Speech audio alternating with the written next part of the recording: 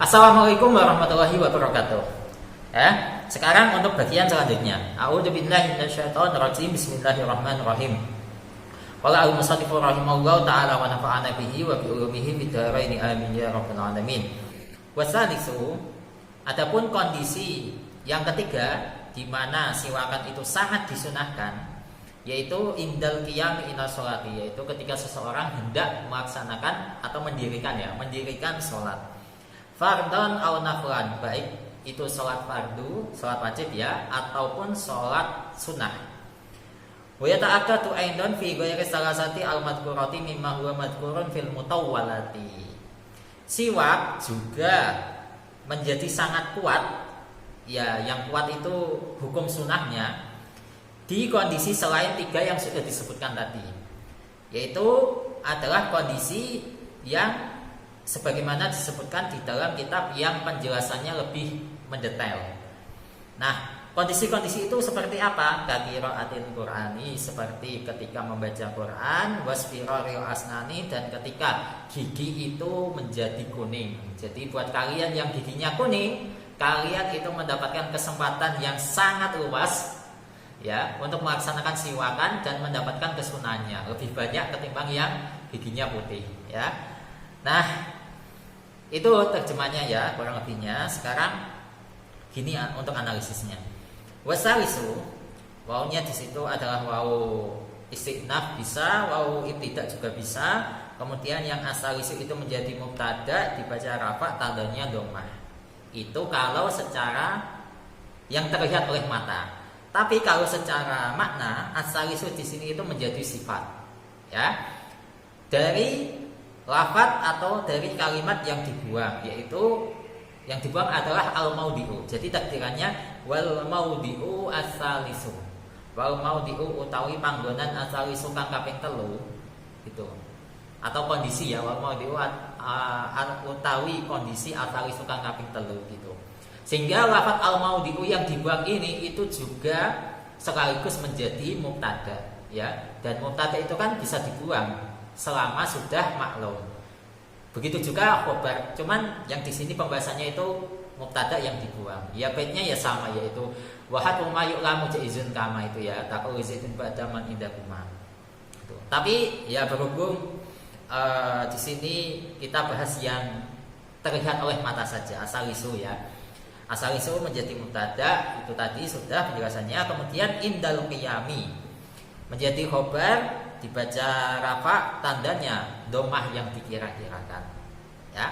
Sebab apa? Sebab di sini khobarnya berupa syibah jumlah.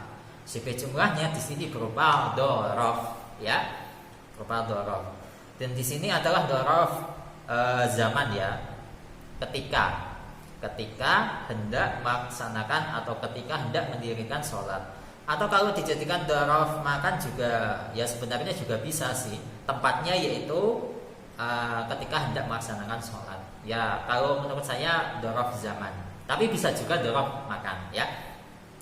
Dan di sini untuk dhorofnya itu ya berupa idhofah, inda sebagai mudhof, al-qiyami sebagai mudhof ilaih ya. Al-qiyami ya di situ masdar dari qoma yaqumu qiyaman, atau biasanya masdar lainnya itu iqamatan ya kan. Nah, itu. Selanjutnya ila sholati adalah jar majrur, huruf jarnya ila, majrurnya adalah as-sholati, yang tanda jarnya menggunakan kasrah sebab as-sholati di sini adalah isim mufrad ya. Singkatnya ya masdar dari shalla yusalli sholatan. Nah, gitu. Kemudian selanjutnya fardhon. Nah, ini fardhon ini juga pernah saya bahas di video saya yang itu pojok ya, pojok kanan atas itu. Silahkan kalian bisa cek di video yang itu. Saya menjelaskan ini yang mana tadi, yang liso ini fardhon au naflan. Di situ saya jadikan fardhon itu sebagai maf'ul bih ya. Dan di sini juga sama, untuk kasus fardhon yang di sini itu juga bisa menjadi maf'ul bih, atau bisa juga kalian jadikan sebagai maf'ul mutlak. Jadi maf'ul mutlak itu kan macam-macamnya, ada yang tauqidan au nau'an, yubinun au adat, kasir tu sayrotaini sayroti rosat itu kan. Nah, di sini untuk yang fardhon adalah maf'ul mutlak yang nau menunjukkan macam dari sholat ya. Di sini fi'ilnya adalah sholat. Sholat yang macamnya berupa sholat fardu gitu. Dan ya sama-sama dibaca nasab, maf'ul bih juga dibaca nasab, maf'ul mutlaq juga dibaca nasab ya. Kemudian selanjutnya au naflan adalah ataf nasab sebab ada huruf ataf di situ au. Kemudian yang naflan menjadi maktuf dari kalimat fardhon ya, sehingga di sini sama-sama dibaca nasab ya, karena i'rab dari maktuf itu ikut kepada i'rabnya maktuf alaih. Titik. Kemudian selanjutnya wa yata'akkadu. Wawnya di situ saya jadikan waw istinaf. Yata'akkadu di sini adalah fi'il mudhari' yang dibaca rafa, tandanya dhammah sebab tidak diawali amil nasab ataupun amil jazm. Kemudian di sini berhubung fi'il yang mabni maklum maka membutuhkan fa'il, dan fa'ilnya adalah dhamir mustatir takdirannya huwa dan kembali ke lafadz as-siwak. Wa yata'akkadu lan dadi kuat apa siwak ya gitu. Kemudian selanjutnya aidon. Aidon ini juga sudah pernah kita bahas sebelumnya. Bisa kalian jadikan sebagai maf'ul mutlaq, bisa juga kalian jadikan sebagai hal ya. Dan penjelasannya ini juga sudah bertebaran di internet, silakan kalian cari sendiri ya. Selanjutnya fi ghairi salasati adalah jar majrur, huruf jarnya adalah fi, majrurnya adalah ghairi salasati yang berupa ya strukturnya idhofah, ghairi sebagai mudhof, as-salasati sebagai mudhof ilaih. Nah, gitu. Kemudian selanjutnya al-mazkurati adalah sifat atau naat dari as-salasati. Ya, di sini sama-sama berupa isim ma'rifat, sama-sama dibaca jar, sama-sama menunjukkan mu'annas dan sama-sama menunjukkan makna mufrad, ya kan? Makna mufrad.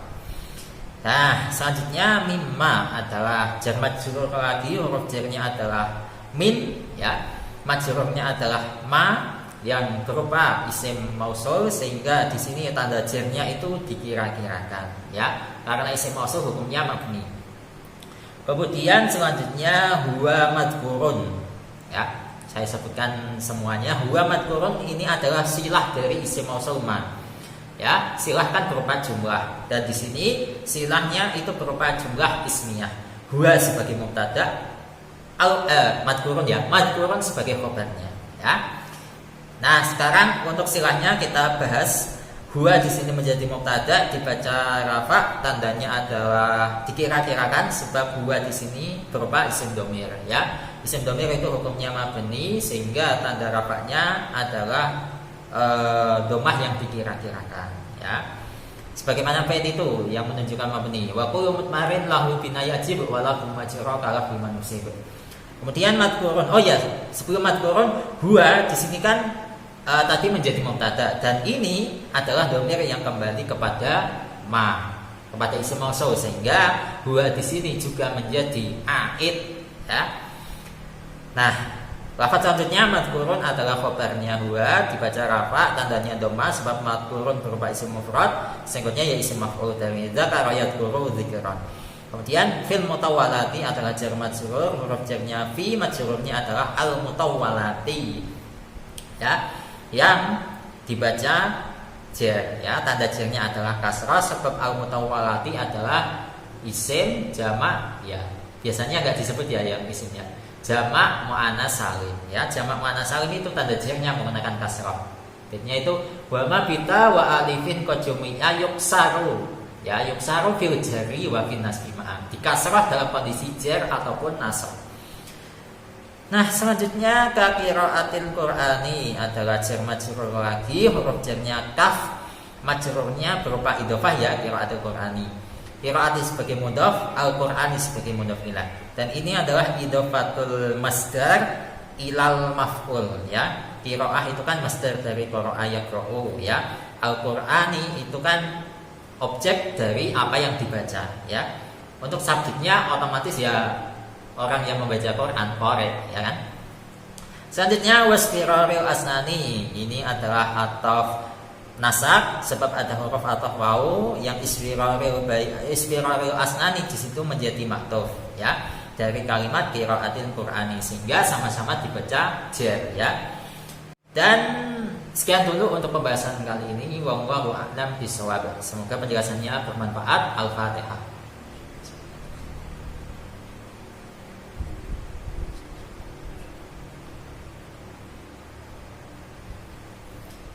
Yang selanjutnya insya Allah kita lanjutkan di video selanjutnya. Wassalamualaikum warahmatullahi wabarakatuh.